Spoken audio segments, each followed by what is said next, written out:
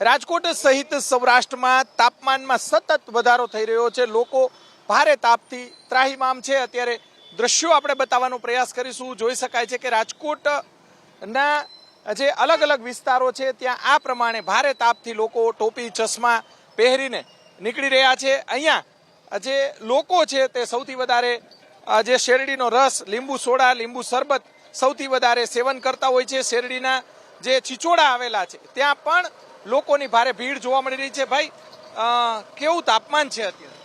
41-42 છે। બરોબર। તાપમાનથી શું તકેદારી કેવી રીતે રાખો છો? તકેદારી તો હું છાયા જાળવાની છે, છાયા જાળવાની છે કે ઉપર બ્રેક કરીને પછી હાલીએ। ઠંડા પીણા અને રસ પીવો છો? હા। કેવું તાપમાન અત્યારે સતત વધી રહ્યું છે? હા, વધી રહ્યું।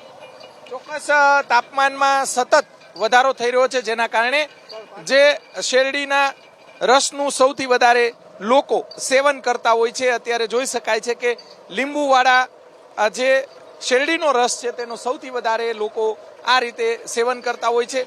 તમામ જે જગ્યાઓ છે ત્યાં જે ઠંડા પીણાની જે જગ્યાઓ છે ત્યાં લોકો સૌથી વધારે ઠંડા પીણા પીવા માટે આવતા હોય છે। ઓવરઓલ વાત કરવામાં આવે તો રાજકોટ સહિત સૌરાષ્ટ્રમાં સતત તાપમાનમાં રોજે રોજ વધારો થઈ રહ્યો છે। અત્યારે 42 ડિગ્રી આસપાસ રાજકોટ શહેરનું તાપમાન છે।